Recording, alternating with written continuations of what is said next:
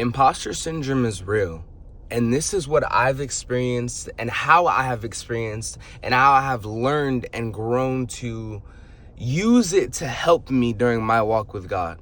You know, I used to always have these thoughts of, God, I don't think that I am qualified to be doing this. I don't think that I'm qualified to be serving you at this capacity. I don't think that I'm qualified to be ministering or leading or even having a ministry or having a platform. I didn't understand. I always thought, God, why me?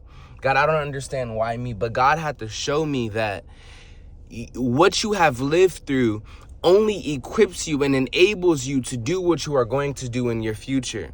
See, many people have it backwards and they think because these things happen to them, then it disqualifies them from being who God has called them to be. But you have to understand that everything about your life was planned.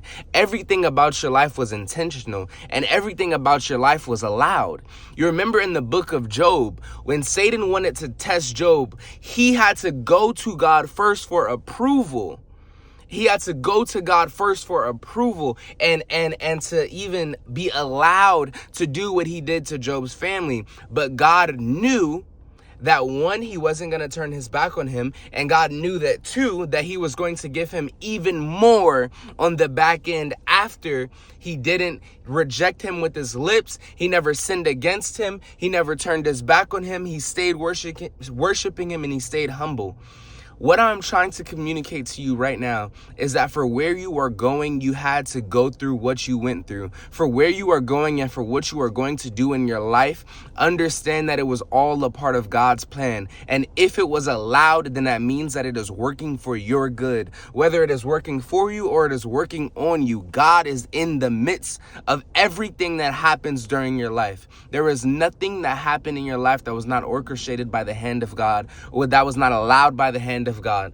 Now, I do believe, yes, that spiritual and demonic attacks are real, but he can only form a weapon, but it can't prosper. The devil is a liar. Do not allow him to manipulate your mind. Do not allow him to enter into your mind, because all he has to do is make you believe that you are not who you were supposed to be, and he is taking you out of the game.